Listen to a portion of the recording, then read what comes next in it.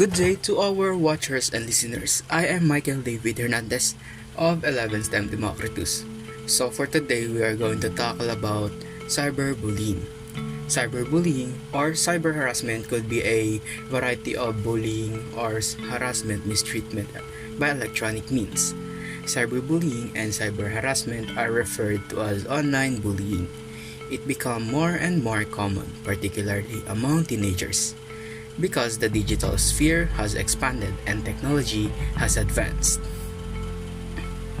Cyberbullying is when someone, typically a teenager, bullies or harasses others on the internet and other digital spaces, particularly on social media sites.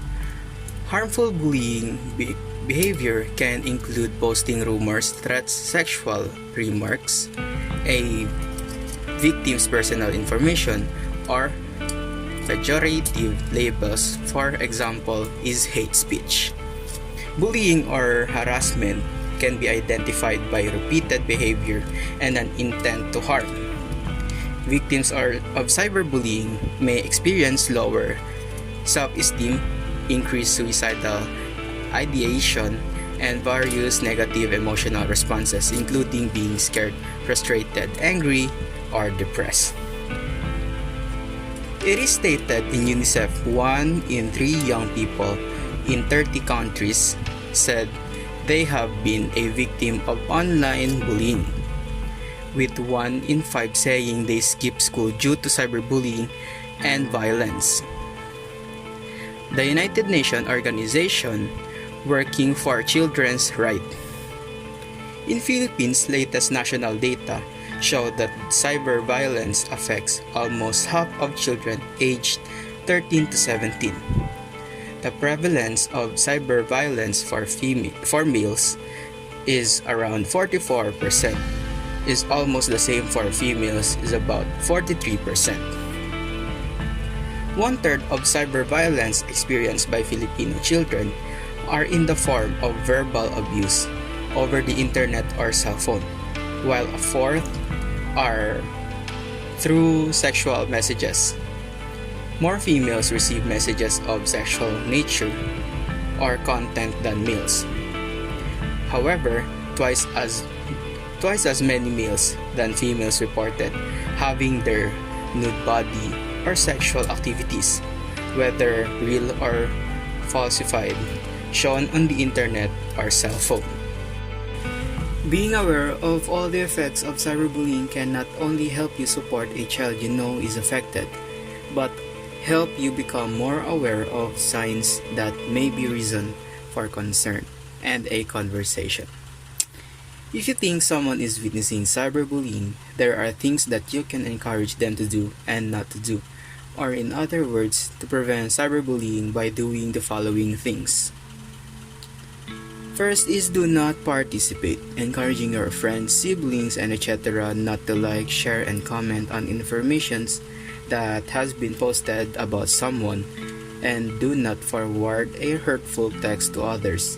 Not participating may limit the potential damage of the messages to the others and to themselves. Second is do not retaliate or respond negatively. If someone feels that they must respond, encourage a calm, clear, and constructive response. Angry and aggressive reactions can make a bad situation worse. Encourage children and adults to step away from the device so they do not resort a blaming, shaming, or retaliation. This provides time to get calm and centered so they can create a response that makes it clear that others' digital behaviors are hurtful and unacceptable. Third is respond privately to the person who created the hurtful message.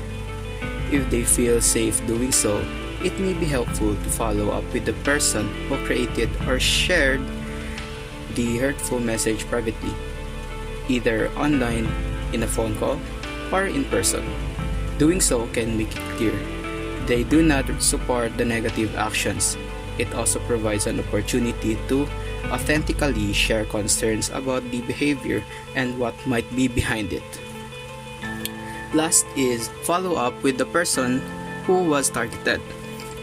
By reaching out, a child can send a powerful message that they care about the person and they do not support the negative behaviors. If needed, this connection can also provide an opportunity to assist the person in finding help related to cyberbullying situation. Other tips or things that can prevent cyberbullying by doing the following. First is be optimistic person. People who are able to keep their thoughts positive may be more likely to bounce back from a bullying situation than those who are prone to negative thoughts. They instinctively know the bullying experience is not the end of the world. They also are able to redirect their thoughts to their goals and plans rather than focusing on the choices of the others. Second is share to the person whom you can trust. It is important to surround ourselves with family and friends for support and comfort in both times of joy and distress. Studies have shown that having supportive relationships is a strong protective factor against mental illness and helps to increase our mental well-being. Third is keep your password by yourself. Do not share it. You should never share your password or another individual's password for the following reasons. Your unique IP firewall username and password is your identity in the digital world. IP firewall account activity can be tracked for your account, and unethical behavior performed by someone using your account will be traced back to you and can be the cause of cyberbullying if someone accesses your account. Fourth is always check the content before posting or sharing. Thinking before you post can spare you some embarrassment and future backlash. It can also work wonders for business if it's used in the right way. Here are some things to consider when posting on social media. Think carefully about what others may find offensive. Fifth is always log out your account after using. Logging out your computer is very important because there are risks with not logging out. One of the factors is using a public computer. This is where anyone can use a public computer. When someone is still logged into an account can mess with the person's work. Last but not the least is respect and love other and people and yourself. Learning self-respect starts with the basic knowledge of what it means to be respectful.